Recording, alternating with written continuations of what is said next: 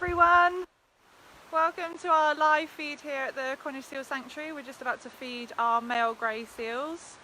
We're just going to wait a couple more minutes to see if anyone else wants to join before we go ahead and feed them, because it doesn't really take long to feed these boys. They are pretty hungry and they wolf their fish down pretty quickly. Hi Marlin. Hi Georgie.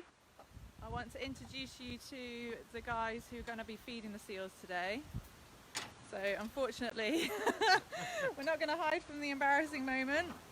Oh, here we go. I'm just going to open up the gate. So today we've got Polly, who's our trainee animal care assistant, who actually started with us, was it nine weeks ago? So it's a great start for you, Polly.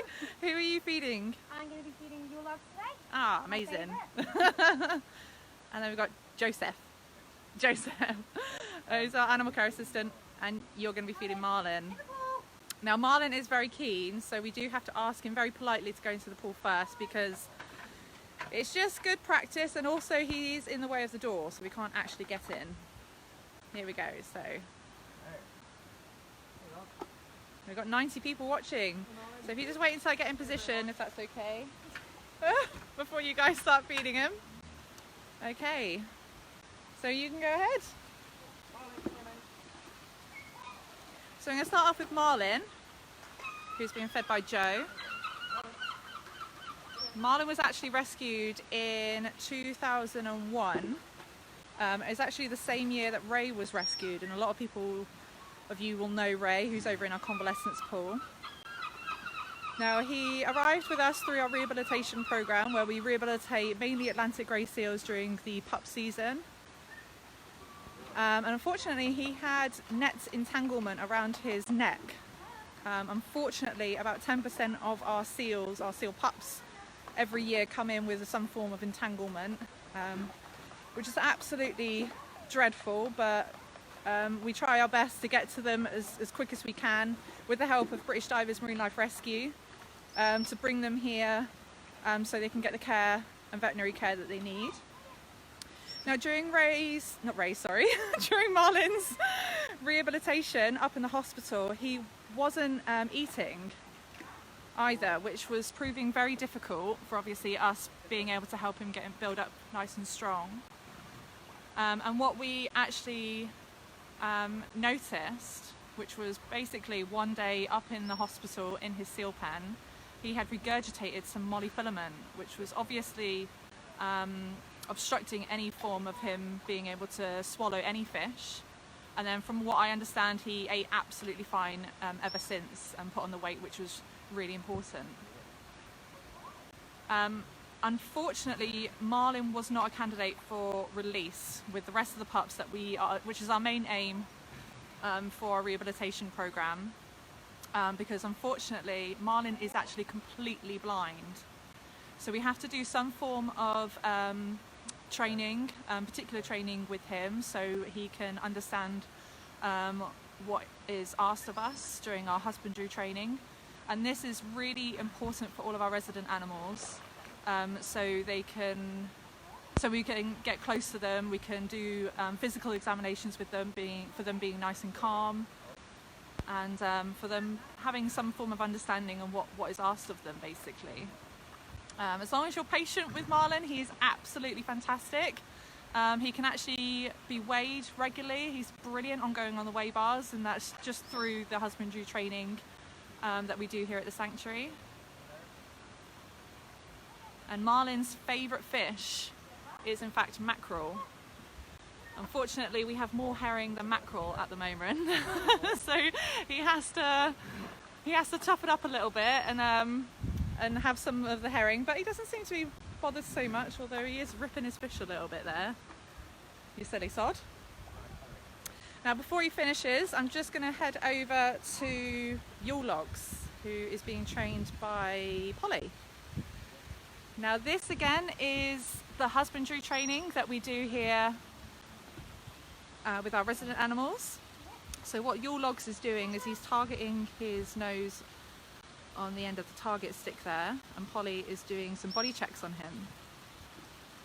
And if you hear the blow of the whistle, that is a bridge to then basically say you've done a fantastic job and you can have a juicy, lovely fish. Now, Your Logs was actually rescued in 1989, and I remember this because that's the same year that I was born, so me and him are the age of 30, proud and strong. But he was rescued from a facility up in the northeast. He was kept there for a couple of years, but unfortunately the facility closed down, and the decision was made to release him back out into the wild. Now, unfortunately, even though this sounds like a lovely, ideal situation, Your Logs didn't actually understand the concept of defending for himself and hunting. And during this time, he had lost a considerable amount of weight, and he weighed only 60 kilos, which was incredibly small for his age. He was picked up by the RSPCA and eventually brought to us in 5 years later, or a couple of years later. And now Your Logs is happy because he understands that all of his fish come from buckets and he never has to do any of the hard work again, bless him. Now, Atlantic grey seals tend to sort of live around, oh, you weren't quick enough, Your Logs. Atlantic grey seals live around sort of between 20 to 25 years, so the fact that Your Logs is 30, he's doing really, really well. But we've had seals live from up to about sort of in their mid-30s, so he's going to be with us for a couple more years to come, definitely.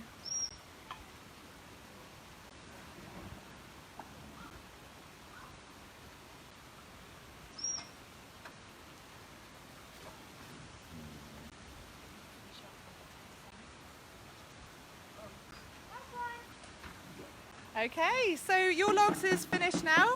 With the tap of the bucket, he immediately knows that's the end of his feed.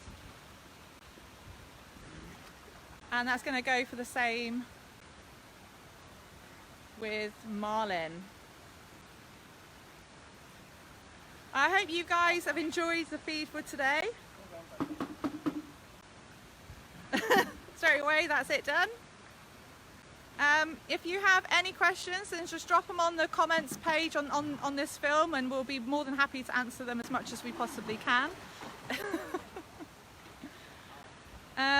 Again, hopefully it won't be too long before the sanctuary is open to the general public, but of course we will wait for the guidance of the government before we do so. We are still here looking after the animals, and the sunshine definitely helps on a day-to-day basis.